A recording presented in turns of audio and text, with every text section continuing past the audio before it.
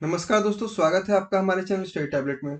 दोस्तों, हम अभी क्या कर रहे हैं, हम यूपीएससी प्रीलिम्स के जितने भी क्वेश्चंस हैं 1995 से लेके 2020 तक के सारे क्वेश्चंस का वीडियो बना रहे हैं और हम सब्जेक्ट वाइज बना रहे हैं। हमारा पहला सब्जेक्ट हिस्ट्री है, हमने ancient India, medieval India cover कर लिया है और मॉडर्न इंडिया का तीसरा वीडियो है। दोस्तों, जिन लोगों ने पुराने वीडियो नहीं देखे होंगे, एंशिएंट इंडिया, मेडावल इंडिया और मॉडर्न इंडिया के दो वीडियो जो पहले बन चुके हैं, उनके लिए मैं डिस्क्रिप्शन में उन पुराने वीडियोज का लिंक दे दूंगा। आप वहां से उस लिंक से उन वीडियोज को एक्सेस कर सकते हो, उन वीडियोज को देख सकते हो। और दोस्तों, जैसा कि आपको पता है कि प्रीलिम्स के एग्जाम 27 जून को डेट है। हो सकता है वो डेट आगे भी बढ़ जाए कोविड के कारण, लेकिन आपको मान के ही चलना कि 27 जून को डेट है ही। तो जितना ज़्यादा से ज़्यादा हो सके इन वीडियोज को आप शेयर करें ताकि ये ज़्यादा से ज़्यादा लोगों तक पहुंच पाए और उनको फायदा हो। क्योंकि प्रीलिम्स के जो क्वेश्चंस है ना प्रीवियस ईयर के, वो क्वेश्चंस बहुत बार रिपीट होते हैं और आपके लिए मैंने इन वीडियोज में इतने अच्छे से इन क्वेश्चंस को बताया है कि ताकि आप कोई काम करते हुए भी आपका रिवीजन हो जाएगा, आपका पूरा का पूरा रिवीजन हो जाएगा। तो चलते हैं दोस्तों, आज समय नहीं बर्बाद करते हुए अपने इस वीडियो की ओर। पहला क्वेश्चन है दोस्तों हमारे पास, निम्नलिखित कथनों पर विचार कीजिए। दो स्टेटमेंट दिए हुए हैं। भारत में पहली बार टेलीग्राफ लाइन कोलकाता और डायमंड हार्बर के बीच बिछाई गई। सेकंड है, भारत में प्रथम निर्यात संवर्धक क्षेत्र कांडला में स्थापित किया गया। अब आपको बताना है कि इन दोनों में से कौन कौन से सही है। या तो दोनों ही सही होंगे, या तो दोनों में से कोई एक सही होगा, या तो दोनों में से कोई भी सही नहीं होगा। देखो दोस्तों, यहाँ पर हमारा आंसर है सी, एक और दो दोनों सही है।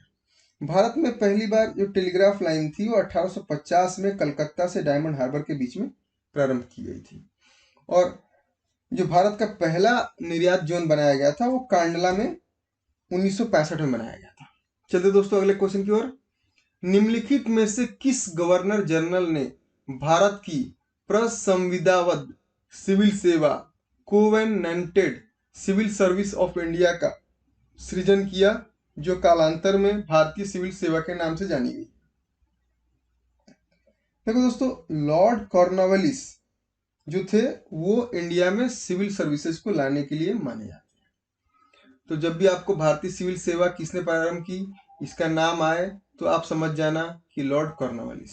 इसका आंसर है लॉर्ड कॉर्नवालिस। चलते अगले क्वेश्चन की ओर।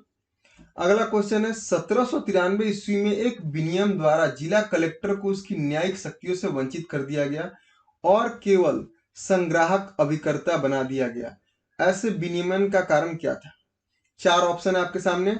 पहला ऑप्शन है कि लॉर्ड कॉर्नवालिस को ऐसा महसूस हुआ कि जिला कलेक्टर की राजस्व संग्रहण की दक्षता अन्य कार्यों का बोझ न रहने से बहुत अधिक बढ़ जाएगी। मतलब अगर उसको दूसरे काम से हटा दिया जाए तो राजस्व ज्यादा लेके आएगा। दूसरा ऑप्शन है, लॉर्ड कॉर्नवालिस ने महसूस किया कि न्यायिक शक्ति अनिवार्य रूप से यूरोपियनों के हाथ में होनी चाहिए, जबकि जिलों में राजस्व संग्रहण का कार्य भारतीयों को सौंपा जा सकता है। तीसरा ऑप्शन है, लॉर्ड कॉर्नवालिस जिला कलेक्टर में संकेंद्रित इतनी विस्तृत शक्ति से सतर्क हो गया था और महसूस करता था कि एक व्यक्ति में इतनी परम शक्ति का होना अवांछनीय है।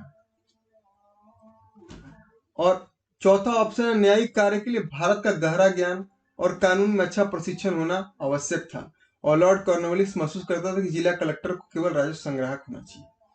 देखो दोस्तों, यहाँ पे जो आंसर होगा ना वो होगा हमारा ऑप्शन सी। क्योंकि उस समय क्या था कि कलेक्टर के हाथ में सारे पावर थे।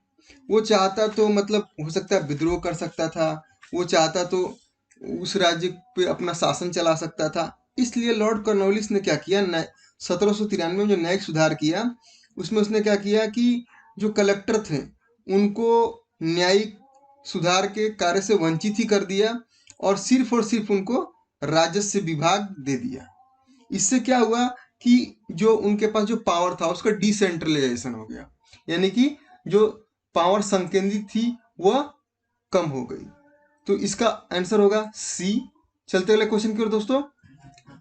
अगला क्वेश्चन है, अहमद शाह अब्दाली के भारत पर आक्रमण और पानीपत की तीसरी लड़ाई लड़ने का तात्कालिक कारण क्या था? वो मराठों द्वारा लाहौर से अपने वायसराय तैमूर शाह के निष्कासन का बदला लेना चाहता था। बी ऑप्शन है, उसे जालंधर के कुंठाग्रस्त राज्यपाल आदीन बेग खान ने पंजाब पर आक्रमण करने के लिए आमंत्रित किया। सी ऑप्शन है, वह मुगल प्रशासन को चहार महल गुजरात, औरंगाबाद, सियालकोट तथा पसरूर के राजस्व का भुगतान न करने के लिए दंडित करना चाहता था। चौथा ऑप्शन है वो दिल्ली की सीमाओं तक के पंजाब के सभी उपजाऊ मैदानों को हड़प कर अपने राज्यों में विलय करना चाहता था। देखो दोस्तों, इसका सीधा सा आंसर है ए ऑप्शन। अहमद शाह अब्दाली के भारत पर आक्रमण और पानीपत की तीसरी लड़ाई का तात्कालिक कारण क्या था? मराठों द्वारा लाहौर में उसके वायसराय तैमूर शाह का निष्कासन, और इस युद्ध में मराठे बुरी तरह से पराजित हुए थे। अगला क्वेश्चन है पांडिचेरी, जो वर्तमान में पुदुचेरी के नाम से जाना जाता है, के संदर्भ में निम्नलिखित कथनों पर विचार कीजिए। पहला ऑप्शन है पांडिचेरी पर कब्जा करने वाली पहली यूरोपियन शक्ति पुर्तगाली थे। पांडिचेरी पर कब्जा करने वाली दूसरी यूरोपीय शक्ति फ्रांसीसी थे। अंग्रेजों ने कोई पांडिचेरी पर कब्जा नहीं किया। 3 ऑप्शन दिए, आपको बताना है कि 3 में से कौन सही है। देखो दोस्तों, अगर हम पांडिचेरी की बात करें तो पुर्तगाली वो प्रथम यूरोपियन शक्ति थे जिन्होंने 16वीं सदी के प्रारंभ में पांडिचेरी पर कब्जा किया। पांडिचेरी पर कब्जा फिर डचों ने भी किया और फिर बाद में अंग्रेजों ने भी किया। अंग्रेजों ने 1761 में किया। तो यहाँ जो सिर्फ और सिर्फ हमारा आंसर क्या होगा? केवल 1, पांडिचेरी पर कब्जा करने वाली पहली यूरोपीय शक्ति पुर्तगाली थी। चलते अगले क्वेश्चन की ओर। 1793 में लॉर्ड कॉर्नवालिस की भू व्यवस्था प्रणाली लागू होने के बाद कानूनी विवादों की प्रवृत्ति में बढ़ोतरी देखी गई थी। निम्नलिखित प्रावधानों में से किसी एक को सामान्यतया इसके कारक के रूप में जोड़कर देखा जाता है। देखो दोस्तों, यहाँ 4 ऑप्शन दिए हुए हैं। रैयत की तुलना में जमींदार की स्थिति को अधिक सशक्त बनाना, ईस्ट इंडिया कंपनी को जमींदारों का अधिपति बनाना, सी न्यायिक पद्धति को अधिक कार्यकुशल बनाना, और डी इन तीनों में से कोई भी सही नहीं है। देखो दोस्तों, जो कॉर्नवालिस के भूमि संबंधी सुधार हुए थे ना, उसमें क्या हुआ था कि न्यायालय के शुल्क को हटा दिया गया था। इससे क्या हुआ, कोई भी, अब न्यायालय का शुल्क ही हट गया तो हमें तो कोई पैसा लगना है नहीं, तो कोई भी हर समय मुकदमा कर देता था, किसी को भी न्यायालय में घसीट लाता था, और अपील के अधिकार बढ़ गए थे। लोग किसी पर भी मुकदमा कर सकते थे, सरकारी नौकरों पर भी मुकदमा दायर कर सकते थे। इसलिए क्या हुआ कि जो कानूनी विवाद थे उनकी प्रवृत्ति में बढ़ोतरी हो गई। तो यहाँ पे जो 3 ऑप्शन दिए हुए हैं, रैयत की तुलना में जमींदार की स्थिति को अधिक सशक्त बनाना, ये भी नहीं है क्योंकि फीस कम हो गई थी तो लोग ज्यादा से ज्यादा अपील कर रहे थे। ईस्ट इंडिया कंपनी को जमींदारों का अधिपति बनाना, ये भी नहीं है। न्यायिक पद्धति को अधिक कार्यकुशल बनाना, ये भी नहीं। अनाप शनाप केसेस करे जा रहे थे तो ये तो कार्यकुशल बनी नहीं। इसलिए इसका आंसर है ऑप्शन डी। उपयुक्त ए, बी तथा सी कथनों में से कोई भी सही नहीं है। चलते अगले क्वेश्चन की ओर। भारत में 19वीं शताब्दी के जनजातीय विद्रोह के लिए निम्नलिखित में से कौन से तत्व ने साझा कारण मुहैया कराया? देखो दोस्तों, 19वीं शताब्दी में जो जनजातीय विद्रोह हुए थे उनमें कौन सा कारण था, ये मतलब पूछा जा रहा है। 4 ऑप्शन दिए हैं कि भू राजस्व की नई प्रणाली का लागू होना और जनजातीय उत्पादों पर कर लग जाना। देखो, जनजातीय उत्पाद का जो शब्द है ना, ये सही नहीं माना जा सकता है क्योंकि इतने सारे जनजातीय उत्पाद नहीं थे उस समय कि उनपे कोई कर लगाए जाने से ये जनजातीय विद्रोह हो जाए। दूसरा ऑप्शन है जनजातीय क्षेत्रों में विदेशी धर्म प्रचारकों का प्रभाव। देखो दोस्तों, जनजातीय जो क्षेत्र थे वो उन पर उतना विदेशी धर्म प्रचारकों का प्रभाव नहीं पड़ा। इसलिए नहीं पड़ा क्योंकि वो क्षेत्र मतलब विकास से कहीं थोड़े दूर थे। अभी भी आपको पता है कि जनजातीय जो क्षेत्र होता है वो थोड़ा मतलब कंट्री साइड यानी देहात एरिया में होता है। तो जो विदेशी धर्म प्रचारक थे वो ज़्यादातर मतलब जो उस समय के जो डेवलप्ड एरिया थे वहाँ ज़्यादातर थे। तो जनजाति, ये भी ऑप्शन नहीं होगा। तीसरा है जनजातीय क्षेत्रों में बिचौलियों के रूप में बड़ी संख्या में महाजनों, व्यापारी और लगान के ठेकेदारों का बढ़ना। तो जनजातीय क्षेत्रों में बिचौलियों की बढ़ोतरी हुई नहीं थी, वहाँ इतना ज़्यादा विकास ही नहीं था कि लगान वगैरह महाजन व्यापारी वहाँ इंटरेस्ट ले। वो ऐसे जगह पर इंटरेस्ट लेते थे जहाँ ज़्यादा उत्पादन होता था, जहाँ ज़्यादा खेती होती थी। तो ये ऑप्शन भी गलत होगा।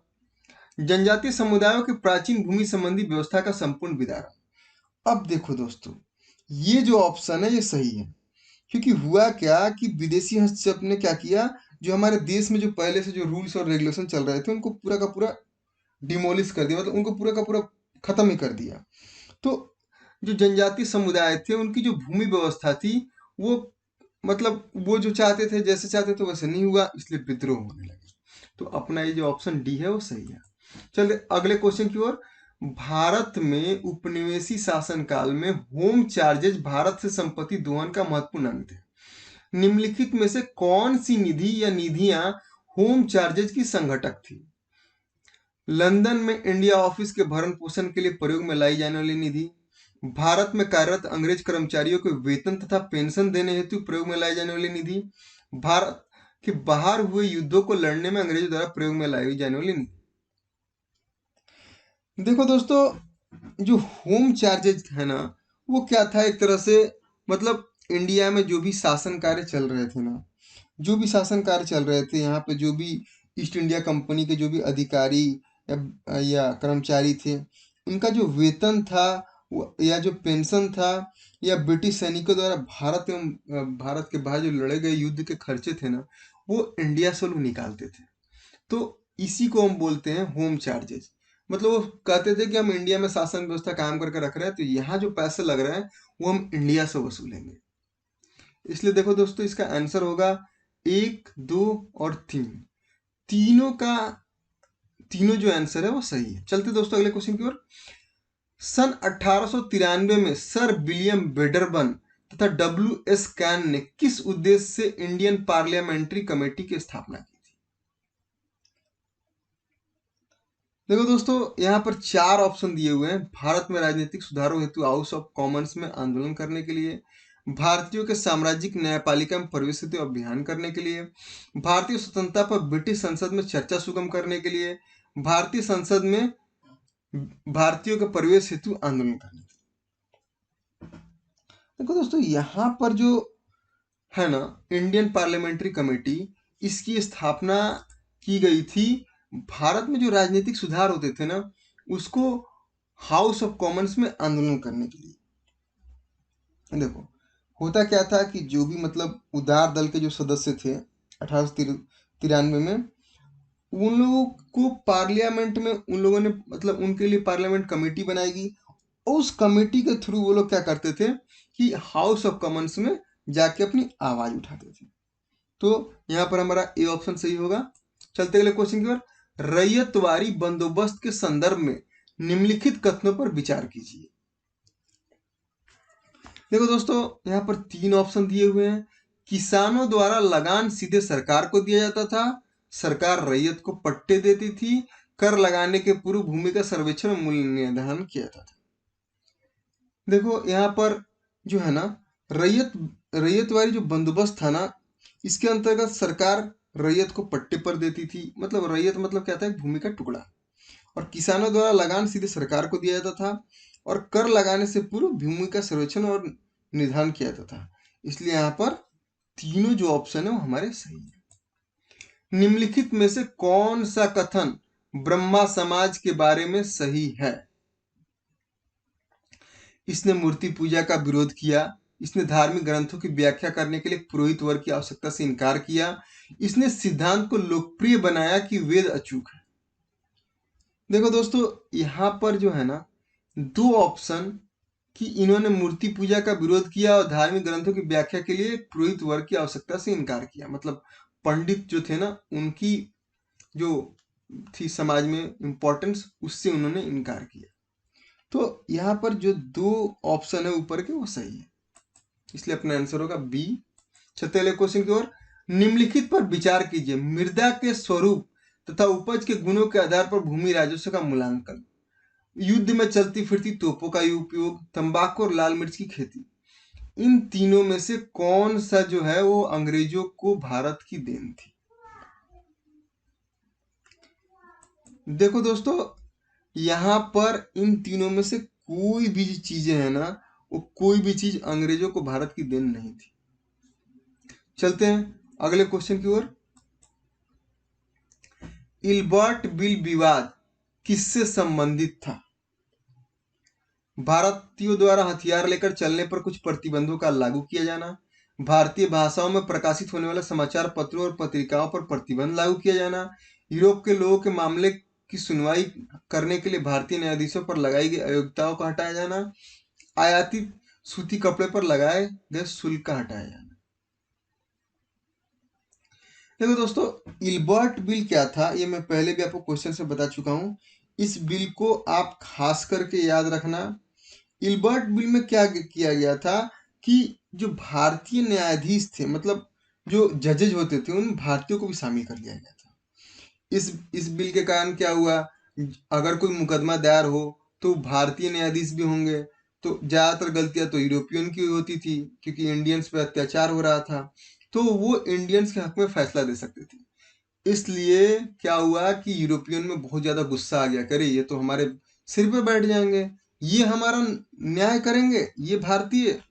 इसलिए क्या हुआ, इसलिए यहाँ पर लोगों ने इल्बर्ट बिल, विवाद आ गया, फिर बाद में इसे विड्रॉ कर लिया गया। तो इसका आंसर होगा, यूरोप के लोगों के मामले की सुनवाई करने के लिए भारतीय निर्देशों पर लगाई गई अयोग्यताओं का हटाया जाना। चलते दोस्तों अगले क्वेश्चन की ओर। अगला क्वेश्चन है, रेड क्लिफ समिति को नियुक्त किया गया था। देखो दोस्तों, इसमें जो ऑप्शंस है, वो ज्यादा ऑप्शंस नहीं पढ़ रहा हूँ, इससे क्या होता है वीडियो लंबा हो जाता है। तो दोस्तों रेड क्लिफ क्या था? रेड क्लिफ एक लाइन है जो भारत और पाकिस्तान के बीच की सीमा रेखा है, जो बंटवारे के समय निर्धारित की गई थी। इसकी योजनाकार थे सर सिरिल रेडक्लिफ। इसलिए इसका आंसर क्या होगा, ऑप्शन सी, भारत और पाकिस्तान के बीच की सीमाओं का परिसीमन करने के लिए रेडक्लिफ समिति का नियुक्त किया गया था। चलते अगले क्वेश्चन की ओर। 1905 ईस्वी में लॉर्ड कर्जन द्वारा किया गया बंगाल का विभाजन कब तक चला? तो दोस्तों 1905 ईस्वी में लॉर्ड कर्जन द्वारा जो बंगाल का विभाजन था, वह 1911 ईस्वी में सम्राट जॉर्ज पंचम जो थे वो भारत आए। सम्राट जॉर्ज पंचम भारत आए और दिल्ली में एक दरबार का आयोजन किया गया, और इसमें क्या किया गया, राजधानी को कोलकाता से दिल्ली शिफ्ट किया गया और बंगाल विभाजन को समाप्त कर दिया गया। इसलिए यहाँ पर आंसर होगा ऑप्शन बी, सम्राट जॉर्ज पंचम ने 1911 में दिल्ली के राज दरबार में कर्जन एक्ट को रद्द कर दिया। महारानी विक्टोरिया की उद्घोषणा 1858 का उद्देश्य क्या था? देखिए, जब 1857 में जब युद्ध हुए थे, उसके बाद क्या था कि 1858 में महारानी विक्टोरिया की उद्घोषणा हुई, जिसे बोलते हैं क्राउन का शासन भी लागू किया जाना। भारतीय राज्यों को ब्रिटिश साम्राज्य में मिलाने के लिए किसी विचार का परित्याग कर दिया जाए, मतलब भारतीय जो राज्य थे उनको ब्रिटिश राज्यों में नहीं मिलाया जाएगा। लॉर्ड डलहौजी के युद्ध पूर्व राजनीतिक एकीकरण की नीति को शाही फरमान द्वारा पलटना था और भारतीय प्रशासन को ब्रिटिश काउंसिल के अंतर्गत रखना था। इसलिए यहाँ पर जो ऑप्शन है कि भारतीय राज्यों को ब्रिटिश साम्राज्यों में मिलाने के किसी भी विचार का परित्याग करना और भारतीय प्रशासन को ब्रिटिश क्राउन के अंतर्गत रखना, ये दो ऑप्शन जो है सही है, इसलिए अपना ए ऑप्शन सही होगा। मंगानियार नामक लोगों का एक समुदाय किसके लिए प्रसिद्ध है? देखिए दोस्तों, मंगानियार जो है ना, मंगानियार नामक लोगों का जो समुदाय है वो राजस्थान के उत्तर पश्चिम, मतलब राजस्थान जो है उस समय उत्तर पश्चिम भारत संगीत परंपरा के लिए प्रसिद्ध है। तो उत्तर पश्चिम भारत में संगीत परंपरा के लिए। चलते अगले क्वेश्चन की ओर। गदर, गदर क्या था? ये मतलब एक तरह से कहिए तो बहुत इजी क्वेश्चन है, जो भी मतलब यूपीएससी का प्रिपरेशन कर रहा है उसको गदर पता ही होगा। गदर क्या था? गदर एक पार्टी थी जिसे भारतीय क्रांतिकारियों ने बनाया था, और इसका मुख्यालय कहाँ था? सैन फ्रांसिस्को, अमेरिका में था। इसकी स्थापना भारत के पंजाबियों द्वारा की गई थी। इसका उद्देश्य क्या था? सीधी सी बात है, सारे जितने भी क्रांतिकारियों ने का उद्देश्य क्या था? भारत की स्वतंत्रता। तो इसका भी उद्देश्य था भारत को स्वतंत्र कराना। और इसके मुख्य सदस्य का नाम आप याद रखिए, लाला हरदयाल, साहेब सिंह माकना, करतार सिंह सराबा, रास बिहारी बोस। रास बिहारी बोस और लाला हरदयाल दो इंपॉर्टेंट व्यक्ति हैं, आपको उनके बारे में अगर कोई भी चीज हो तो आप पढ़ लेना। तो भारतीयों का क्रांतिकारी संघ जिसका मुख्यालय सैन फ्रांसिस्को में था। भारतीय इतिहास के संदर्भ में फिर से 3 यहाँ ऑप्शन दिए गए हैं। निम्नलिखित में से सामंती प्रणाली का आवश्यक तत्व है? एक बहुत मजबूत केंद्रीकृत राजनीतिक प्राधिकार और बहुत कमजोर प्रांतीय स्थानीय राजनीतिक प्राधिकार। जमीन के नियंत्रण अधिकार पर आधारित एक प्रशासनिक संरचना का उद्भव। जागीरदार सामंत तथा उसके अधिपति के बीच में स्वामी जागीरदार संबंध का निर्माण। अब फिर से आपको बताना है कि कौन सा इसका सही उत्तर है। ये जो सामंत प्रणाली है उसमें आवश्यक तत्व में कौन से तीनों में से आएंगे? देखो दोस्तों, सबसे पहले तो थोड़ी सी हिंदी के लिए मैं माफ़ी चाहूँगा, यूपीएससी की हिंदी थोड़ी कठिन होती है और थोड़ा सा कभी कभी हिंदी गलत भी होती है। इस कारण से हमारे हिंदी मीडियम के जो स्टूडेंट्स होते हैं वो मतलब क्या होता है, अंग्रेजी में अगर आप क्वेश्चन को पढ़ोगे, हिंदी में क्वेश्चन को पढ़ोगे ना, तो अंग्रेजी के जो क्वेश्चन होंगे वो बहुत ईजी समझ में आएंगे, लेकिन हिंदी के क्वेश्चन को इतना घुमा दिया जाता है कभी कभी, तो वर्ड्स का जो मीनिंग होता है ना वही पूरा का पूरा गलत होता है। चलते इस क्वेश्चन की ओर। इसका आंसर होगा 2 और 3 दोनों होंगे।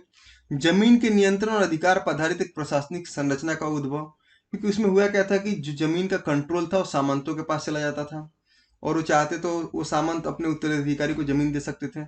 और तीसरा ऑप्शन भी सही है, जागीरदार सामंत था उसके अधिपति के बीच स्वामी जागीरदार संबंध का निर्माण, क्योंकि जो अधिपति होता था वो राजा को सुरक्षा प्रदान करने का वचन देता था, साथ ही साथ भूमि भी प्रदान करता था और यह भूमि सामंत द्वारा अपने उत्तराधिकारियों को प्रदान की जाती थी।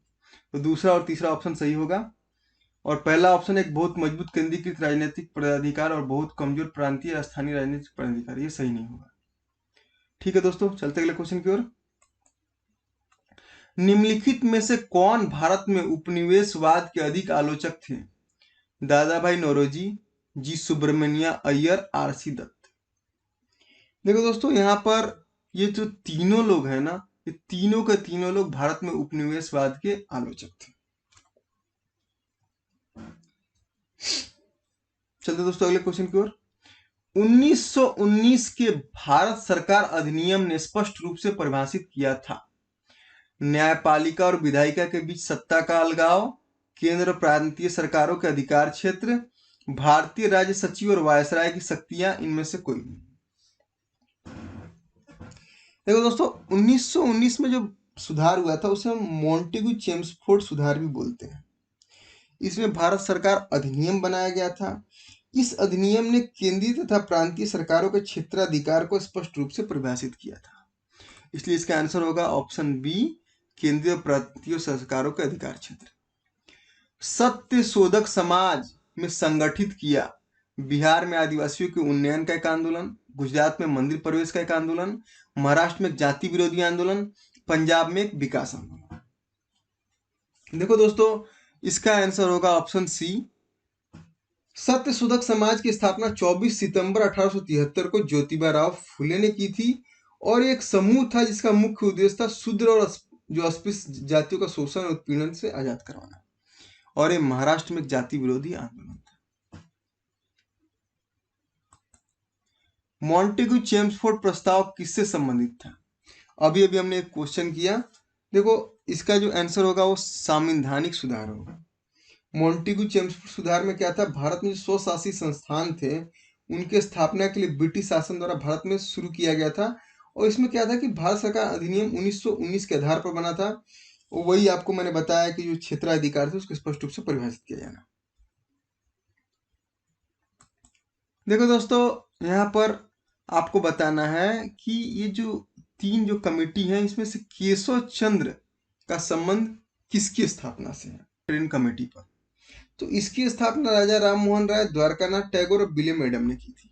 अब आते हैं टेबरनेकल ऑफ न्यू डिस्पेंसन। तो टेबरनेकल ऑफ न्यू डिस्पेंसन में केशव चंद्र सेन थे, और इंडियन रिफॉर्म एसोसिएशन इसमें भी केशव चंद्र सेन थे। तो ये जो दोनों है ना, 2 और 3 दोनों के दोनों सही होंगे। वर्ष 1907 में सूरत में भारतीय राष्ट्रीय कांग्रेस के विभाजन का मुख्य कारण क्या था? तो दोस्तों, आपको पता है कि कांग्रेस में 2 दल थे, एक नरम दल और एक गरम दल। नरम दल सोचते थे कि हम ब्रिटेन के जो ब्रिटिश हैं उनका कानून जो है उसको सही करके उनके अंडर में जाए, और गरम दल सोचते थे कि हम भारतीयों को स्वतंत्रता दिला दें और ब्रिटिशों को यहाँ से उखाड़ फेंके। तो यहाँ पर आंसर क्या होगा? यहाँ पर आंसर होगा अंग्रेजी सरकार के साथ नरमपंथियों की वार्ता करने की क्षमता के बारे में चरमपंथियों के विश्वास का अभाव। जो नरमपंथी थे उनका जो मतलब क्षमता था, तो उन चरमपंथियों को लगता था कि अरे यार ये लोग कुछ नहीं कर पाए, इसलिए यहाँ पर कांग्रेस का विभाजन हुआ था।